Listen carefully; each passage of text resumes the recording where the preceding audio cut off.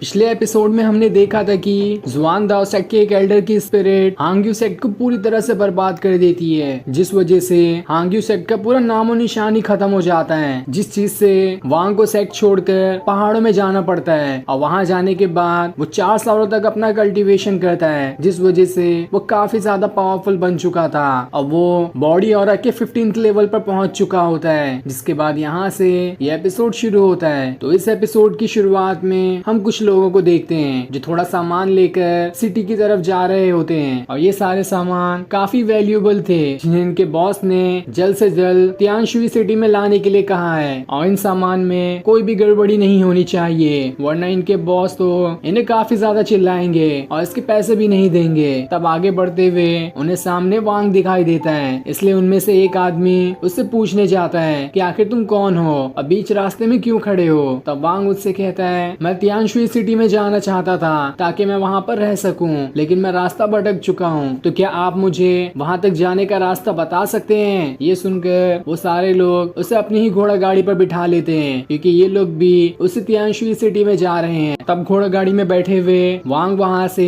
सीधा अपने spiritual world के अंदर पहुँच जाता है, जहाँ आने के बाद उसके पास एक तालिस्मान था और वो उसे रिफाइन करने की कोशिश कर रहा होता है। तब सीतू उसे बताता है ये तालिस्मान तो पहले से ही रिफाइन है और ये बिल्कुल एक ट्रेजर की तरह है, इसे काफी टाइम पहले ही रिफाइन कर दिया गया था, लेकिन जिसने इसे रिफाइन किया था उसके मरने के बाद ये ट्रेजर भी उसके साथ दफन हो जाता, लेकिन सही टाइम पे ये ट्रेजर मैंने ले लिया था, इसलिए अब से ये ट्रेजर तुम्हारे पास रहेगा, तुम इसका इस्तेमाल कर सकते हो। तब वांग उससे कहता है मुझे काफी टाइम हो चुका है अपने बॉडी ऑरा के 15th लेवल को पूरा किए, और इसके बाद तो इसका कोई लेवल ही नहीं होता है, इसलिए अब मुझे फाउंडेशन लेवल पर जाना है। तो मेरे फाउंडेशन लेवल की प्रैक्टिस कब शुरू होने वाली है, मुझे उसके लिए क्या क्या करना पड़ेगा जिसकी मदद से मैं फाउंडेशन लेवल पर पहुंच सकता हूं। तब सीतू उससे कहता है तुम्हें ये काफी लेट लग रहा है, तुमने कुछ ही दिन पहले तो अपना बॉडी और लेवल को पूरा किया और इतनी जल्दी तुम फाउंडेशन लेवल को भी सीखना चाहते हो, ये काफी मुश्किल हो सकता है तुम्हारे लिए। अगर तुम्हें जल्दी ये टेक्निक सीखनी है तो किसी फाउंडेशन लेवल वाले इंसान को पकड़ो और उसे मार कर उसकी टेक्निक छीन लेना। लेकिन वांग कहता है अगर मैंने किसी की टेक्निक छीन ली तो वो इंसान वैसे ही मारा जाएगा, लेकिन मुझे इस तरह से टेक्निक नहीं चाहिए, मैं खुद अपनी मेहनत से उस टेक्निक को सीखना चाहता हूँ। तब सीतू उससे कहता है तुम्हारी यही दरिया दिली एक दिन तुम्हें ले डूबेगी, क्योंकि कल्टीवेशन वर्ल्ड ऐसा ही होता है, ताकतवर कमजोर को खत्म कर देता है और कभी कभार कमजोर ही ताकतवर को खत्म कर देते हैं। अब वांग और बाकी सभी रात को एक जगह आराम करने के लिए रुकते हैं। तब उनके पास एक एल्डर आता है जो उन सारे लोगों का साथी है। वो सभी वांग को बताते हैं ये एल्डर सारे लोगों को देखकर ये बता सकते हैं कि आगे आने वाले टाइम में इनके साथ कोई मुसीबत हो सकती है या फिर कुछ अच्छा होने वाला है। तब वो एल्डर जैसे ही सारे लोगों को चेक करते हैं उन्हें रेड कलर का ऑरा सभी के आसपास दिखाई देता है। ये देखकर तो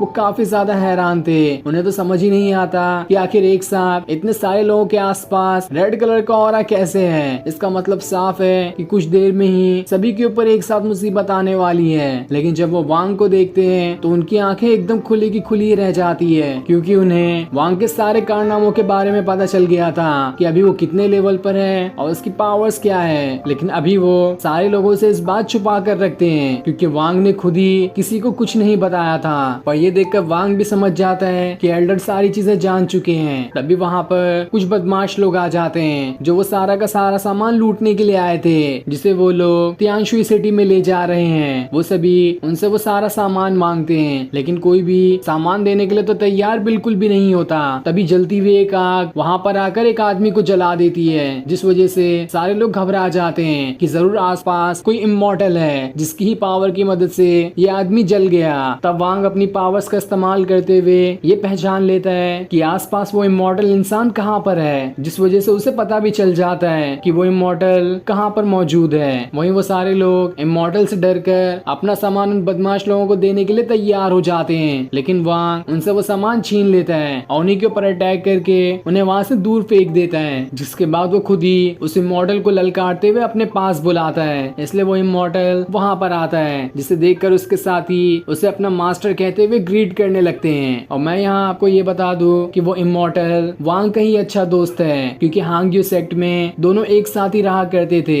लेकिन अभी दोनों आमने सामने बिल्कुल एकदम अनजान हैं, क्योंकि जब से उस इमॉर्टल ने हांग्यू सेक्ट छोड़ा है उसे पुरानी चीजें बस थोड़ी थोड़ी ही याद है, इसलिए वो वांग को पहचानता तो है लेकिन इतना भी ज्यादा नहीं। तभी वहाँ पर एक और बंदा आता है और वो कोई और नहीं बल्कि उस इमॉर्टल का भी मास्टर था, और ये अभी बॉडी ऑरा के 15th लेवल पर होता है, जो कि वांग की बिल्कुल एग्जैक्ट बराबर है। ये देखकर तो बाकी सारे लोगों के और ज्यादा पसीने छूटने लगते हैं। जिसके बाद इमॉर्टल का मास्टर वहाँ पर मौजूद काफी सारे लोगों को मारकर उनका स्पिरिट निकाल लेता है और उसे खुद ही खा जाता है, जिस वजह से उसकी पावर्स काफी ज्यादा बढ़ने लगती है। तब वो मास्टर इमॉर्टल से कहता है जाओ और इस वांग को खत्म कर दो। तब वो इमॉर्टल वांग के ऊपर अटैक करने जाने वाला होता है, लेकिन उसका मास्टर उसे रोक लेता है और उससे कहता है मैंने तुम्हारे हाथ में सील देख ली है। इसका मतलब ये था कि तुम जानबूझ के नकली का वांग को बेहोश करना चाहते थे ताकि मुझे लग सके कि ये वांग मर चुका है। तो बताओ मुझे कि तुम इसे बचाना क्यों चाहते हो। तब इमॉर्टल उसे बता देता है कि हम दोनों कुछ टाइम पहले अच्छे दोस्त हुआ करते थे,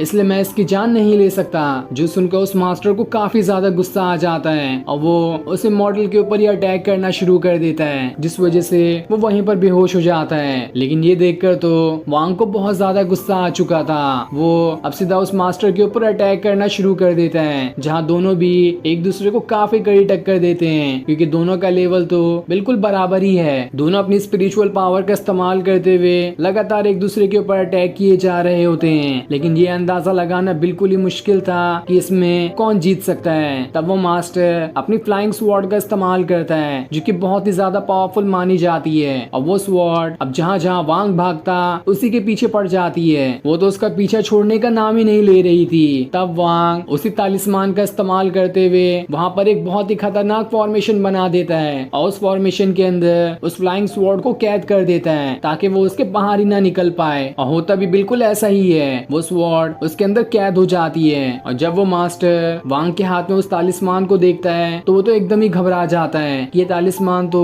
बहुत ज्यादा पावरफुल है और मैं इससे नहीं बच सकता, इसलिए वो वहाँ से भागने की कोशिश करता है। लेकिन वांग उसके ऊपर अटैक करके उसे वहीं पर मार देता है और उस फ्लाइंग स्वॉर्ड को भी अपने पास रख लेता है ताकि इसे रिफाइन करके खुद का बना सके। जिसके बाद वो वहाँ से इमॉर्टल के पास आता है और उससे कहता है तुम अभी मुझे पूरी तरह से नहीं पहचान पा रहे हो, इसलिए रुको मैं इस चीज को ठीक कर देता हूँ। जिसके बाद वो अपनी पावर्स का इस्तेमाल करते हुए उस इमॉर्टल की सारी यादों को वापस लेकर आ जाता है, जिस वजह से अब वो पूरी तरह से पहचान चुका था कि वांग लिन उसका बहुत अच्छा दोस्त है और वो दोनों हांग्यू सेक्ट में एक साथ रहा करते थे। तब वो सारे लोग जो सामान पहुंचाने त्यांगशू सिटी जा रहे थे वो लोग कहते हैं हम यहाँ से जाना चाहते हैं, क्या कोई हमें सुरक्षित यहाँ से पहुँचा सकता है। लेकिन वो इमॉर्टल कहता है तुम लोगों ने मास्टर को तो मरते हुए देख लिया, इसलिए तुम्हारी यादों की वजह से उस मास्टर के सेक्ट वाले तुम लोगों को नहीं छोड़ेंगे, इसलिए तुम कहीं पर भी बचकर नहीं जा सकते।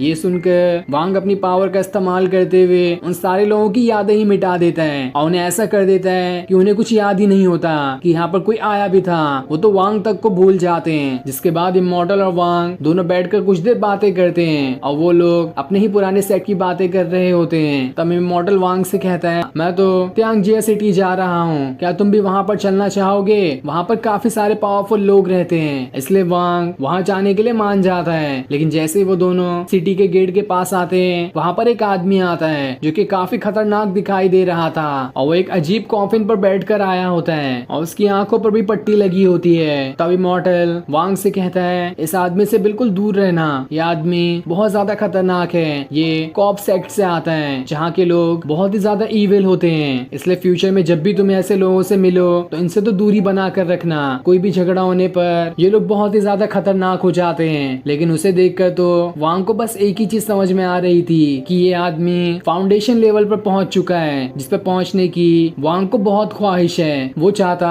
तो इससे फाइट करके इसका फाउंडेशन लेवल वाली टेक्निक को छीन सकता था, लेकिन उसका दिल इतना बुरा नहीं है, इसलिए वो उसे कुछ भी नहीं करता है। अब वांग एक कमरे के अंदर आकर उस फ्लाइंग स्वॉर्ड को रिफाइन करने की कोशिश कर रहा होता है ताकि आगे से वो स्वॉर्ड उसका कहना माने, जैसा कि वो उस मास्टर का कहना मानती थी। लेकिन वो स्वॉर्ड तो उससे बचकर भागने की कोशिश कर रही होती है। वांग अपने तालिस्मान का भी इस्तेमाल करता है ताकि उसकी मदद से उस स्वॉर्ड को रोक सके और उसके बाद वो उसे रिफाइन करेगा। लेकिन वो स्वॉर्ड स्वॉर्ड तो सुनने का नाम ही नहीं लेती, बस इधर उधर भागे जा रही होती है। कभी कभार तो वो सीधा वांग के ऊपर ही अटैक करने की कोशिश करती, लेकिन वांग इससे बच जाता है। पर वो अभी तक हिम्मत नहीं हारता और दोबारा से उस स्वॉर्ड को पकड़ने की कोशिश कर रहा होता है ताकि इस स्वॉर्ड को पकड़कर अपना बना सके। लेकिन वो स्वॉर्ड उससे कहना शुरू कर देती है कि मुझे इतनी जल्दी अपना बनाना इतना आसान काम नहीं है, मुझे रिफाइन करने के लिए सोल सैक्रिफाइस लगता है, तो तुम्हें वो करना होगा, उसके बगैर मैं तुम्हारा नहीं हो सकता। अगर तुम्हारे अंदर हिम्मत है कि तुम अपनी सोल सैक्रिफाइस कर सकते हो तभी तुम मुझे हासिल कर सकते हो। ये सुनकर वांग भी हैरान रह जाता है, लेकिन तब भी वो उस स्वॉर्ड को रिफाइन करने की कोशिश कर रहा होता है। दूसरी तरफ हम इमॉर्टल के मास्टर के सेक्ट वाले एक आदमी को देखते हैं जो सेक्ट से इस सिटी के लीडर के पास आया होता है ताकि वो उससे मदद मांग सके, और उसने अपने सेक्ट की सबसे कीमती चीज को भी यहाँ पर लेकर आया था ताकि उसे देकर वो एक ऐसे बंदे को हायर कर सके जो वांग से उस मास्टर के मरने का बदला लेगा, क्योंकि इस पूरी सिटी में ये लीडर ही सबसे ज्यादा पावरफुल माना जाता है और इसके सेक्ट के जितने भी लोग हैं वो बहुत ज्यादा पावरफुल हैं। तब वहाँ पर लीडर का पोता तैंग आता है जिसे वो बूढ़ा आदमी अपना ट्रेजर दिखाते हुए कहता है मैं आपको ये दे सकता हूँ, लेकिन आपको वांग से बदला लेना होगा क्योंकि उसने हमारे सेट के मास्टर की जान ले ली। पर क्या अभी आपका लेवल काफी ज्यादा पावरफुल है, क्योंकि ये ट्रेजर भी बहुत ज्यादा कीमती है जो सिर्फ पावरफुल लोग ही संभाल सकते हैं। ये सुनकर तो टैंक को गुस्सा आ जाता है और वो अपनी पावर्स को एक्टिवेट करते हुए स्काई को ही काट देता है, जो चीज काफी खतरनाक दिखाई दे रही थी। ये देखकर तो बूढ़ा आदमी समझ जाता है कि ये टैंक बहुत ज्यादा पावरफुल है, इसलिए वो उसके सामने झुककर अपना ट्रेजर उसे दे देता है और उससे कहता है मैं आपके सामने भीख मांगता हूँ कि आप हमारे सेट के मास्टर का बदला जरूर लें। ये सुनकर टैंक वांग से बदला लेने के लिए तैयार हो जाता है और फिर ये सीन दिखाते ही ये एपिसोड यहीं पर एंड हो जाता है। Thanks for watching.